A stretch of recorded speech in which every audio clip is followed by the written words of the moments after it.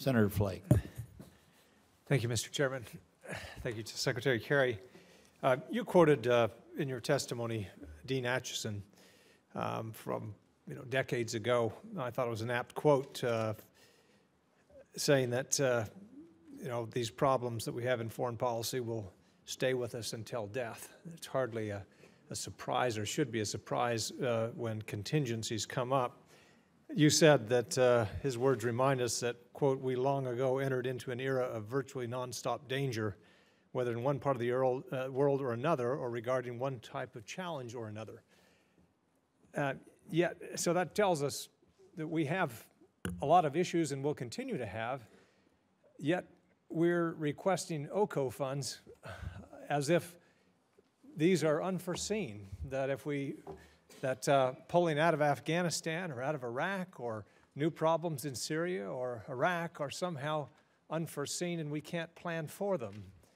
If we've been in this kind of period since World War II, why is it that only now, since 2012, has the State Department started requesting OCO funds? Now, prior to that, I understand there were supplemental appropriations that went to state for various contingencies.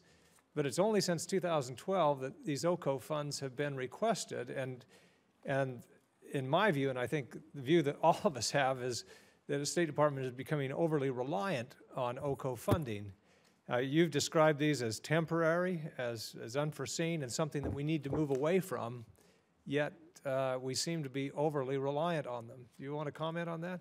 You're right. We are. And it's because we can't get the budget increase we need to institutionalize it. Put it in the budget. I mean, we're already asking for what I think is tantamount to, if you take all of our foreign assistance, because of the OCO, it's about a 14% increase. If you take or an 8% increase, if you take just the parts of the USAID and State Department, which is about, 50.3 billion, that represents a 6% increase, I guess. The point I'm making is, are you prepared to give us what would then amount, if we institutionalized OCO, the larger increase? That's how simple it is. You want to institutionalize it, please do. And while you're at it, up it to the amounts we need to do the other things I've talked about.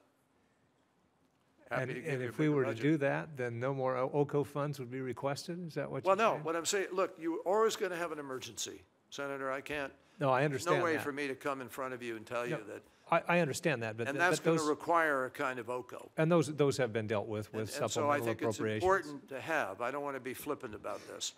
Right. I do think it's important to have an overseas contingency fund. We have always dealt with issues like that with the supplemental. But the problem is with OCO, as I think all of us recognize, is it's kind of just an offline, budgetary amount that we deal with, and we just increase OCO funds, and so it's a layer that we shouldn't have. No argument for me. The way to deal with it is pass the authorization, and we'll work with you to do it. And then we got to get the appropriate people to fill out the authorization. Otherwise, we'll be right back here with another OCO request. And by the way, it would help if we had an actual budget rather than a continuing resolution, I think.